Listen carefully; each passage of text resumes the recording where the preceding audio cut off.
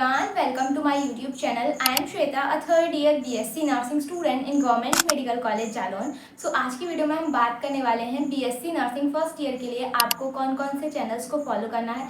Follow in the sense कि कौन कौन से ऐसे चैनल हैं जहां से आप अपने सब्जेक्ट्स को कवर कर सकते हो और ऐसे चैनल जहां पे आपको हिंदी मीडियम और इंग्लिश मीडियम दोनों में एक्सप्लेन किया जाए जिससे चीज़ें आपको ईजिली समझ में आ जाए. तो क्योंकि काफ़ी बच्चे बोल रहे हैं इस टॉपिक पे वीडियो बनाने के लिए, सो आज की वीडियो होने वाली है BSc नर्सिंग फर्स्ट ईयर के लिए. नोट्स वगैरह आपको कैसे बनाने हैं उन सब के बारे में बात करेंगे. सो स्टार्ट करते हैं. तो फर्स्ट थिंग देखो, नोट्स पहली चीज़ बनाने हैं कि नहीं बनाने हैं. तो नोट्स आपको बनाने हैं क्योंकि अगर आप अभी फर्स्ट ईयर में हो तो मतलब ये मेरा सजेशन है कि बनाना आपको सही रहेगा. क्योंकि बहुत सारे बच्चे क्या करते हैं, स्किप कर देते हैं. फिर लास्ट में क्या होता है, जब एग्ज़ाम होते हैं तो उन्हें समझ में नहीं आता कि हम लिखें क्या, क्योंकि उन्होंने कंटेंट कभी लिखा ही नहीं होता है. तो नोट्स आपको बनाने ही बनाने हैं, ठीक है. और दूसरी चीज़ कि मतलब हम नोट्स कॉलेज से बनाएं या फिर हम खुद से बनाएं, तो अगर आपके कॉलेज में टीचर्स बहुत अच्छे से एक्सप्लेन कर रहे हैं, बहुत अच्छे से पढ़ा रहे हैं, आपको समझ में आ रहा है, तब आप जो टीचर्स पढ़ा रहे हैं वही सेम नोट्स बना सकते हो. अगर वो PPT वगैरह प्रोवाइड कर रहे हैं तो आप उससे भी नोट्स बना सकते हो.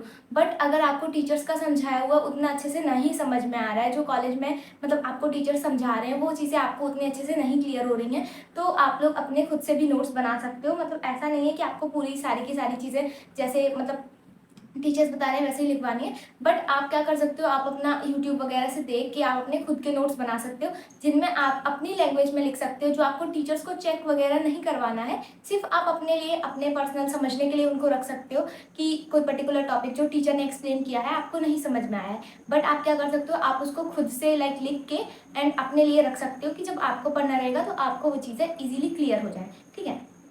तो ये वाली चीज़ कि नोट्स आपको बनाने हैं. दूसरा, कॉलेज से बनाने हैं या खुद से बनाने हैं, तो ये चीज़ भी मैंने आपको बता दी है. अब तीसरी और सबसे बड़ी समस्या हिंदी मीडियम स्टूडेंट्स की, कि हम हिंदी मीडियम से हैं, हमने पहले कभी इंग्लिश में नहीं लिखा है, तो क्या हम कवर अप कर पाएंगे. तो पहली चीज़ कि मैं भी हिंदी मीडियम से हूँ एंड स्टार्टिंग में आपको प्रॉब्लम होगी, मे भी 10 से 15 दिन आपको प्रॉब्लम होगी. बट उसके बाद आप जैसे जैसे धीरे धीरे इम्प्रूव करोगे आपको उतनी दिक्कत नहीं होगी. तो हिंदी मीडियम से जो बच्चे हैं उनके लिए तो मोस्ट इम्पॉर्टेंट है कि आपको बुक रीड करनी ही करनी है. क्योंकि जब आप बुक रीड करोगे तभी आपके दिमाग में वर्ड्स आएंगे कि और क्या शब्द हो सकते हैं जो मैं अपने इस आंसर में या कंटेंट में इंक्लूड कर सकता हूँ. तो बुक रीड करनी है आपको नोट्स भी बनाने हैं, जो टीचर्स लिखवा रहा है वैसे लिखने हैं. उसके अलावा आपको अपने लिए भी थोड़ी मेहनत करनी पड़ेगी कि आप जो चीज़ें आपको इंग्लिश में नहीं समझ में आ रही हैं आप उनके लिए पर्टिकुलर हिंदी का वर्ड निकाल के लिखो. बट ये बहुत ज़्यादा टाइम तक नहीं करना. जैसे जैसे आपको धीरे धीरे चीज़ें थोड़ी थोड़ी समझ में आने लगेंगी उसके बाद आपको ट्रांसलेट करने की ज़रूरत नहीं पड़ेगी. एंड ऐसे बच्चे जिनको मतलब काफ़ी ज़्यादा प्रॉब्लम हो रही है हिंदी और इंग्लिश में, तो उनके लिए सबसे बेस्ट टूल है अभी तक का ChatGPT.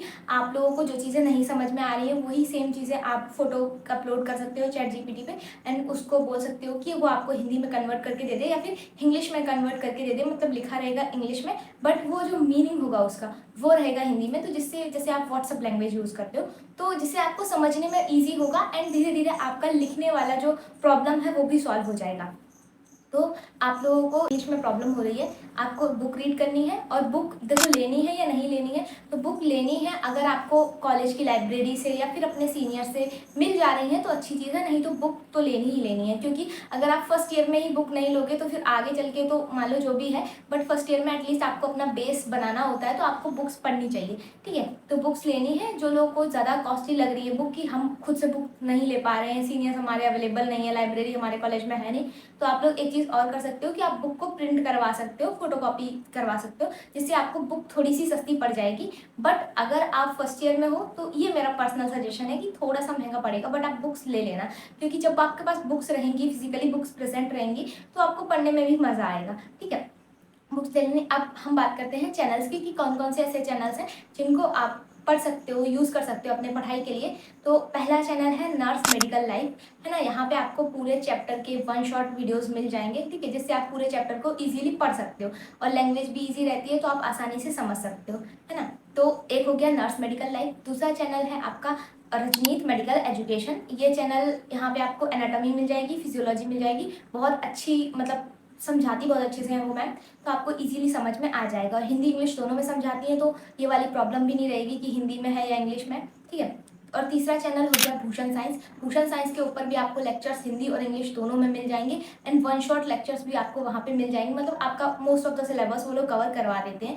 तो भूषण साइंस पे आपको काफ़ी सारी चीज़ें अवेलेबल हैं, वो आप देख सकते हो। उसके अलावा PW के जो फर्स्ट ईयर सेकेंड ईयर या फिर कॉलेज वाला करके कोई चैनल है, नर्सिंग कॉलेज वाला, तो वहाँ पे आपको फर्स्ट ईयर से रिलेटेड सारे मतलब जितने भी आपके सब्जेक्ट्स हैं, एना, फिजियो, सोशियो, साइको, सारे सब्जेक्ट्स के मिल जाएंगे, आप वो देख सकते हो। बट PW का एक दिक्कत है कि वहाँ पे टीचर्स जो है वो मोस्टली चीज़ें इंग्लिश में एक्सप्लेन करते हैं। तो जिन बच्चों को इंग्लिश से प्रॉब्लम है वो लोग बाकी अल्टरनेटिव जो मैंने चैनल्स बताए हैं उनको फॉलो कर सकते हो। बाकी आप यहाँ से भी पढ़ के देख सकते हो, अगर समझ में आता है तो वेल एंड गुड, नहीं आता तो आप किसी और को भी देख सकते हो। उसके अलावा एक चैनल है GS education, sorry GS medical, ऐसा कुछ करके है, मैं एग्जैक्टली याद नहीं, मैं डिस्क्रिप्शन में मेंशन कर दूंगी, तो क्लिक करके आप चेक कर सकते हो। GS मेडिकल है, तो वहाँ पे भी आपको टॉपिक वाइज लाइक चीज़ें मिल जाएंगी, जैसे आपका एनाटॉमी का कोई टॉपिक है, फिजियोलॉजी का कोई टॉपिक है, सोशल साइको भी वहाँ पे पढ़ाई गई है, तो आप वहाँ से देख सकते हो, ठीक है। उसके अलावा एक और चैनल है विजय एजुकेशन, तो इसको तो सभी लोग जानते होंगे। पर्सनली मैंने विजय एजुकेशन के ये जो सेमेस्टर वाले क्लासेस हैं उनसे पढ़ा नहीं है, बट काफ़ी बच्चों को वो अच्छा लगता है, तो आप लोग वहाँ से भी ट्राई कर सकते हो, ठीक है। तो ये वाले चैनल्स हैं जिनको आप देख सकते हो, उसको देख के, अभी मुझे एग्जैक्ट नाम याद नहीं है, ठीक है। उसके अलावा बैच की बात करी जाए कि आपको किसका बैच लेना है, तो पर्सनली मैं सजेस्ट नहीं करूँगी कि कोई भी अभी बैच ले लो तुम। जब कॉलेज में आप चले जाओगे, ठीक है, कॉलेज में चले जाओगे, आपको समझ में आएगा कि वहाँ पे टीचर्स कैसा पढ़ा रहे हैं, आपको वहाँ पे जो टीचर्स पढ़ा रहे हैं उनका पढ़ाना समझ में आ रहा है नहीं आ रहा है, तब आप बैच को ले लेना। अभी ये वाली चीज़ मैं क्यों बोल रही हूँ, क्योंकि काफ़ी बार जैसे आपने बैच ले लिया और आपके टीचर्स भी काफ़ी अच्छा पढ़ा रहे हैं, तो उस केस में एक तो आपके पास टाइम नहीं रहता है, कॉलेज टाइम इतना ज़्यादा लाइक बिजी रहता है कि आप बैच के लिए अलग से टाइमिंग निकाल के शायद नहीं पढ़ पाओगे, कॉलेज में बहुत ज़्यादा काम हो जाता है, स्पेशली जब आप फर्स्ट ईयर होते हो तो सारी चीज़ें मैनेज करना थोड़ा सा प्रॉब्लमेटिक होता है। बट ऐसे बच्चे जिनको लग रहा है कि वो बहुत ज़्यादा कमज़ोर है एंड उनको बैच की नीड है ही है, उनको लेना ही लेना है, तो आप ले सकते हो अपने अकॉर्डिंग देख के।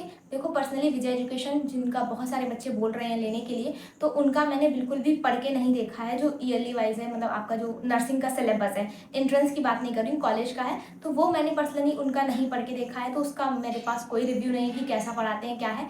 बाकी आप खुद पढ़ के देख सकते हो, अगर आपको अच्छा लग रहा है तो आप ले लो, नहीं अच्छा लग रहा है तो कोई बात नहीं। उसके अलावा एक और चैनल है जैसे कि PW, तो PW के लेक्चर्स काफ़ी सही हैं, पर वही हिंदी इंग्लिश का दिक्कत है, तो आप देख लेना पहले टीचर से पढ़ के कि आपको उन टीचर से समझ में आ रहा है तब लेना। उसके बाद भूषण साइंस का मैंने पढ़ के देखा है, तो मुझे ठीक ठीक लगा, मतलब बहुत अच्छा नहीं है, बहुत ख़राब भी नहीं है। जो एवरेज बच्चे हैं उनके लिए तो मतलब बहुत ही अच्छा है, क्योंकि वो बहुत ज़्यादा हिंदी में, बहुत ज़्यादा इंग्लिश में ऐसा नहीं करते हैं, और जो आपका टॉपिक रहेगा सिर्फ उतना ही पढ़ाएंगे, मतलब वर्ड टू वर्ड। उसके अलावा ना वो लोग बहुत ज़्यादा मतलब हाई फाई पढ़ाते हैं, ना बहुत ज़्यादा लो पढ़ाते हैं। तो भूषण साइंस का ऐसे बच्चे जो एवरेज हैं, जिनके हिंदी इंग्लिश में बहुत दिक्कत हो रही है, तो आप लोग वो वाला चेक कर सकते हो भूषण साइंस का।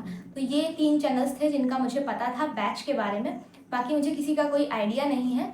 और पर्टिकुलरली अगर आप कोई बैच लेना ही चाहते हो तो आप लोग ये वाला वीडियो देख लेना, जिसमें मैंने बताया था कि बैच लेने से पहले आपको क्या चीज़ें देखनी है एक बैच के अंदर।